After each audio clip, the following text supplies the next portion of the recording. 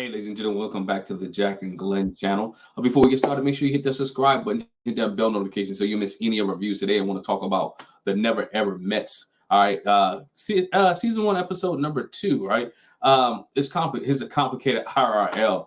Oh man, we're gonna get started in here, man. It's like, yo, come on in, jump in. We're gonna just talk a little bit. Um, um, had some free time, so I just wanted to jump in and talk about this past episode of the show. Right. It is a lot going on in this show, right? We leave off with, Dominique and Alexis, right? This vital situation, this a train wreck of a situation. My daughter from college was in. She's like, "Yo, they off the show already?" Yeah, they off the show already, right? This what happens, and this what takes place in this episode. We actually finally get to meet Taronda Jones. She talks to Alexis in the first time, and Alexis is upset. She's distraught. She has problems. She's feeling violated. She said couldn't sleep all night long. Couldn't sleep. Had some issues sleeping. Was worried about what was going on. Her mind was messed up, and she was like, "Hey, there's a problem, and I want to be able to fix this. Right? I want to be able to maneuver. I want to be able to move in this." And what happened was this. She said, "Look, this is the first time a person put their hands on her. Right? She's never been in a situation like this before, and she shook, and which is rightfully so. Right? Don't condone domestic violence. Don't condone anything else. But this is the first time that she's ever had her hands put on her, and she is upset. And she's distraught. She's talking to Taronda. Taronda was like, "Look, I got a video from Dominique. Right? Dominique sends her a video. He apologizes. Try to blame the situation on alcohol. I'm sure there was alcohol that was in play, right? I'm sure there was drinking. This was my issue with some of these shows, right? With OWN and with Married at First Sight and with Ready to Love. Why do alcohol have to be in play, right? Why do we put alcohol in situations with people in these situations with alcohol, right? I understand that you want to build drama and you want to build excitement on TV, and I blame them a little bit, right? Because the alcohol has play in it, and a lot of these situations on these television shows and reality shows, and a person should have their own limitation. They should know how to handle their liquor. Yes, they should know how to handle themselves and in control. Understand that, but sometimes you create the environment to have things set off, right? You create the environment so some people can't handle themselves. So they took the environment here. They couldn't handle themselves. He apologized. He kind of downplayed the incident like it wasn't that serious. It was serious. It was serious to her. You pushed a woman, right? You put your hands on a female in an argument. She didn't want hands to be put on her, but you put your hands on a female in the midst of this argument, in the midst of the situation, and she was distraught. She felt upset, and she felt bad that she didn't feel bad, but she was like, I don't like the fact that he's downplaying it. Like, you downplaying the fact that you did something wrong. You downplaying the fact that you put your hands on me. You downplaying the fact that that we got into an altercation, all right, over some simple comments. She wasn't flirting. She made a comment about the man's shorts, hoochie daddy. She might have made one too many comments, but it wasn't that type of flirting. And so at the end of the day, he got upset. She got upset. Taronda was trying to encourage her, like, look, girl, you ain't got to accept for this. You ain't got to accept this. You ain't got to settle for no man. You ain't got to do this. Don't let what happened change who you are. Believe in yourself. Be comfortable in who you are. Be comfortable in your ability. Be comfortable in your strength. She encouraged her to, like, hey, this is who you are. You don't have to go back to him. You don't have to settle for him. And I like the fact that Alexis was like, look, I'm not going back. I don't want to deal with this. I don't want to deal with him. I don't want to deal with none of the drama. I made up in my mind. This is not going to happen. And what Taronda said towards the end was like, yo, I understand that. I'm encouraging you. I want to make sure you're all right. But because we have a no touching policy, which I love, right? They stood their ground. They didn't take sides on this. Both of them were wrong, and both of them have to suffer the consequences, right? Both of them were wrong. Alexis was wrong. Dominique was wrong, and both of them went home, which is great, right? I'm glad that the show stood on their morals, stood on their ground, and both parties went home. That was one thing there, but Alexis had an opportunity to say her goodbyes to all the women. Diamond was upset. A lot of the women were upset. I think Brandon might have been the one that said it, like, yo, this is not a single show, right? If dude got home, she has to go too. This is not just, you just can't hang out. We are coupled up. We booed up. And I'm glad. And she left. She finally got herself together. She asked everybody for their number and all that and got the stuff together and got her stuff together, got herself together. And she went home. Um, I think own. I think not own. Never the never ever Mets, right? Never ever Mets got this part right, got the show right. The producers got this right. Those that were involved in this decision making to send both of them home got it right. Now go give them some help, right? This is a woman who's been abused. You call it what you want to call it. She's been in a traumatic situation that the world saw and the world sees. And you had a man who put his hands on a woman that the world saw and that the world sees, right? And everyone has their opinion on this, and they had to go back home. And some of this, even now, as it re-airs or airs for the first time to family members and friends and coworkers, right? They're putting themselves in a position or a predicament to have to answer questions, situational predicament to have to be able to handle this situation. So I get my hats off to her hats off to them, and they both went home, which is good. And the show moves on, right? We have to move on. We move on, but again, domestic violence, verbal abuse, physical abuse is never a right thing to do. Domestic physical abuse or verbal abuse is not something that it should be taken lightly. And even at the end of the show, they did put up the domestic violence hotline. So if anyone's going through domestic violence or have been through domestic violence and need some help and assistance, they put that up at the end of the show, which was good there because again, this was traumatic for. Again, I think she has kids or he has kids, and your kids have to see this. Their kids see this, and they have to explain what actually happened, what transpired. So this is not good for anybody. Interested to see what they have to say at the reunion. Let's be honest, this was not fake, as some people try to spin this. This was not made for TV. This wasn't a moment where the directors and the producers say, "Hey, cut." This was reality. This was real, right? This was something that they did that was shown on TV, and regardless of how they try to spin it, it wasn't fake, right? It was a situation there. Like I said, Alexa says she's going to find somebody better. I mean, sure, right? You're going to find somebody better. You're going to find somebody to be with you, somebody who treats you right, somebody who doesn't put hands on you.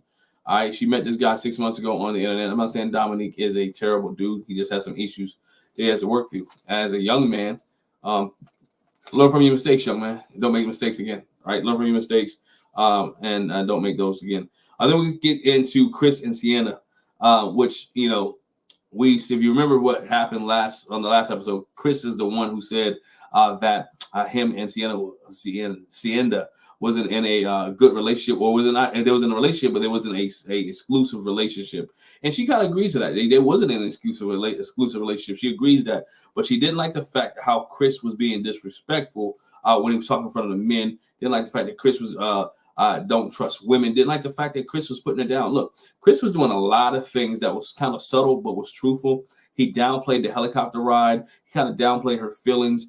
How you're talking to the guy, you're not exclusive, which means you're giving this guy opportunity to do whatever he wants to do. You're giving Chris the opportunity to say, you know what, today I want to be with you. Today I want to be with her. Again, if you guys are going to be in a relationship together, be in a relationship together. And she just didn't like the fact, here it is, there's a key point. She didn't like the fact that, how are you going to make me look on TV? I don't want to look this way on TV. I don't want to look a certain kind of way, or I don't want you to get caught up emotionally. I want to come off looking like, I don't want to come off looking like Boo Boo the Fool, right?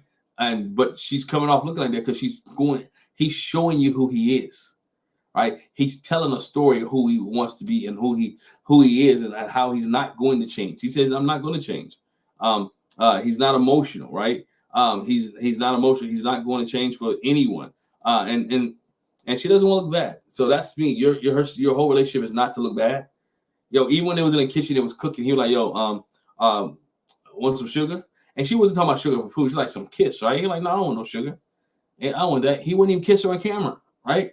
He wouldn't kiss her in public. He wouldn't kiss her in the kitchen. It was just them two in the kitchen, but there was a camera there. He didn't want to. I don't like sugar.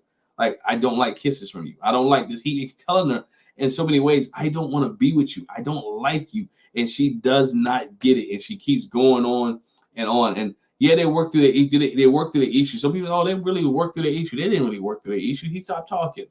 That issue wasn't solved. That issue wasn't fixed with them, right? That issue was it was smoothed over. It was not done as of yet. We'll see more with Chris and Sienna. I guarantee in later episodes where this is going to blow up. This is not going to be great. It's not going to be what they think it is. Then we go on to Joanna and what's my man? Joanna, her boo. All right, we see Joanna and Aaron. That's what it is, Aaron. Joanna, Aaron, and Aaron is getting in the pool, and Joanna's just sitting there like, I don't get my hair wet.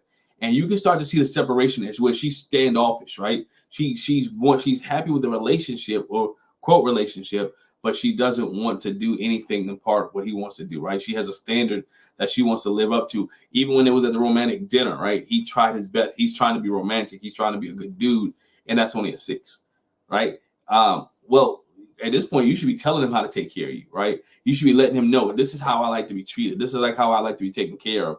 I don't do swimming pools, and he's fine with being in the pool by himself. So she's kind of standoffish from everybody else. Everybody else gets in the pool. Everybody else relaxes. Everybody else recovers, and she's being standoffish and doesn't want anything. Seem as if she doesn't want to do anything to do with Aaron, and that's to me I think there's going to be a problem. We'll see the disconnect later, even when they get with even when they get with the doctor, right? When they start doing the Kama Sutra activity, Taronda, that the position they chose was a position where they couldn't really connect with each other, right? He couldn't connect with her, and she couldn't connect with him, and you can see the disconnect in their relationship. They don't have a good relationship. She is more controlling and demanding, and not trying to connect with him on certain levels. She just wants to be there, and that's going to be on again. Maybe as we move along, we'll see that the separation between them even further. We start to see the downfall between those two.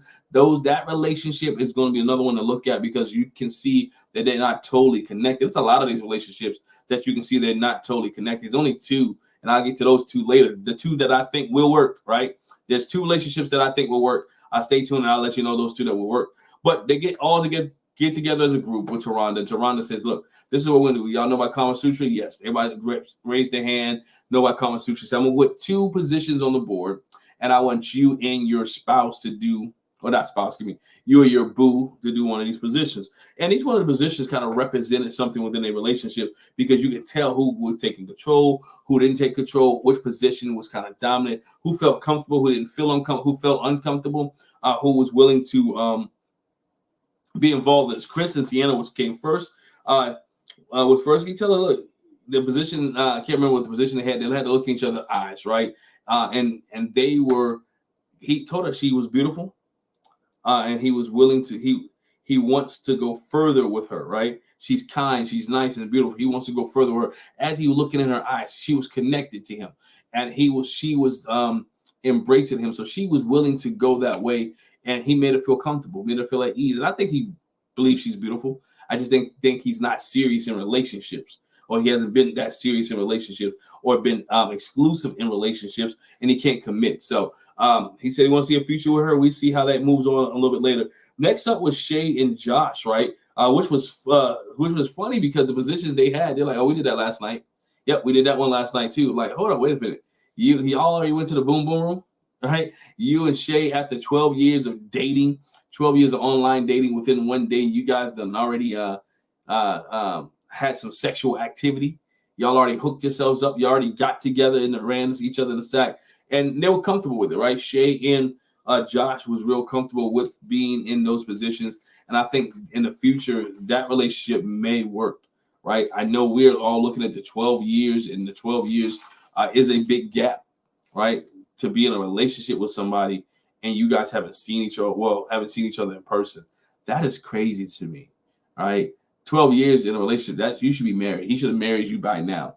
And that's one of the things there. But again, on this aspect, in this part of the relationship, they connected. Aaron and Joanna, as I mentioned earlier, didn't have any connection with the position that she chose. He was behind her, and she was laying down. It's like there was no connection. He couldn't get his feet right where the position is supposed to be at. As I mentioned, there's no connection there. Greg and Millie had a great connection. This is another couple I think they are ready to be in a relationship, right? There's a little something about Greg, but I think he's tweaking it to be with Millie, and they're working each other out. They had a good position, and look, they were ready, and he was comfortable with her, right? At first, it was funny. He pulled her legs, like, come on, and he was rough, but she was like, hold on for a minute, I'm a lady. And he was willing to slow down. He understood how to slow down. He knew how to maneuver and adjust to make her feel comfortable. He even asked, are you okay? Are you ready? Can I go ahead and move in? That's what she was looking for, and that's what even Taronda was looking for. That's what the woman was looking for, to somebody who's going to be gentle and easy and smooth. And she was in easy, gentle, and smooth with her. And she even said it like, when we're ready, we can go to the position, but we're not ready yet. We're not there yet. The intimacy is there. The sexual tension is there.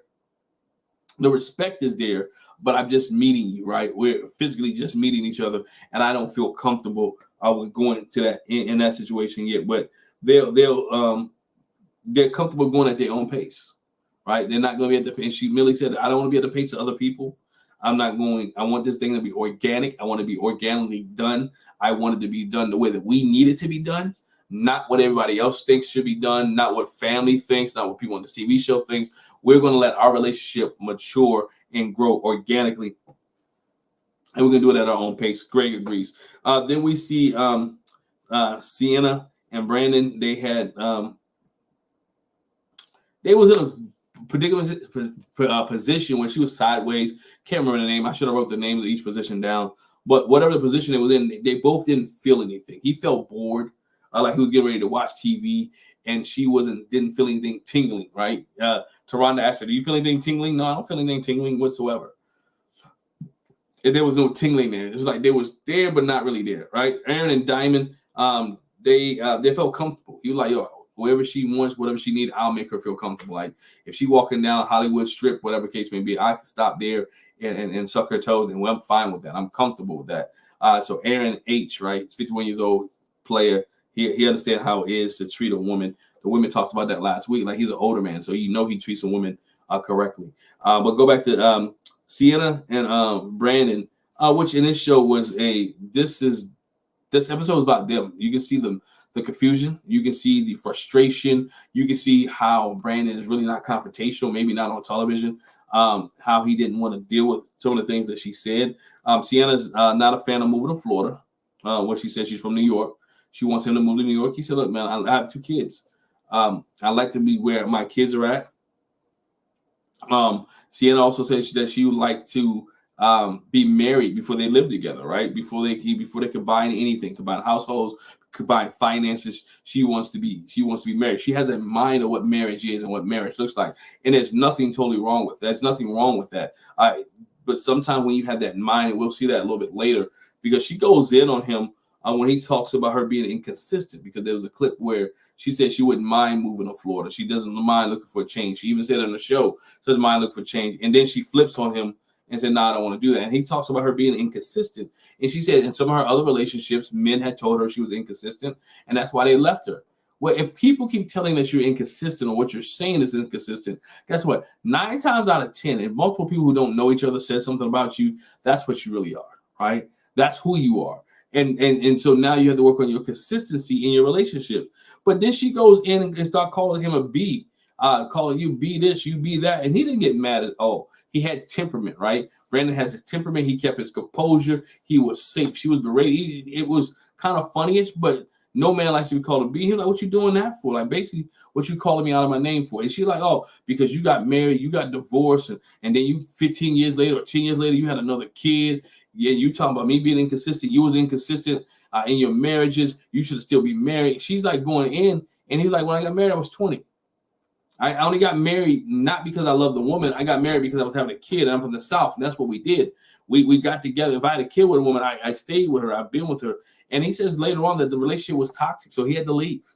Right? At 21 years old, he had to divorce her and leave. And then 15 years later, he has a son, and so he has another son. And this lady, she's berating him and talking about all his past histories and all his past faults just because he said she was inconsistent. She's trying to clarify or try to justify her inconsistency by putting him down.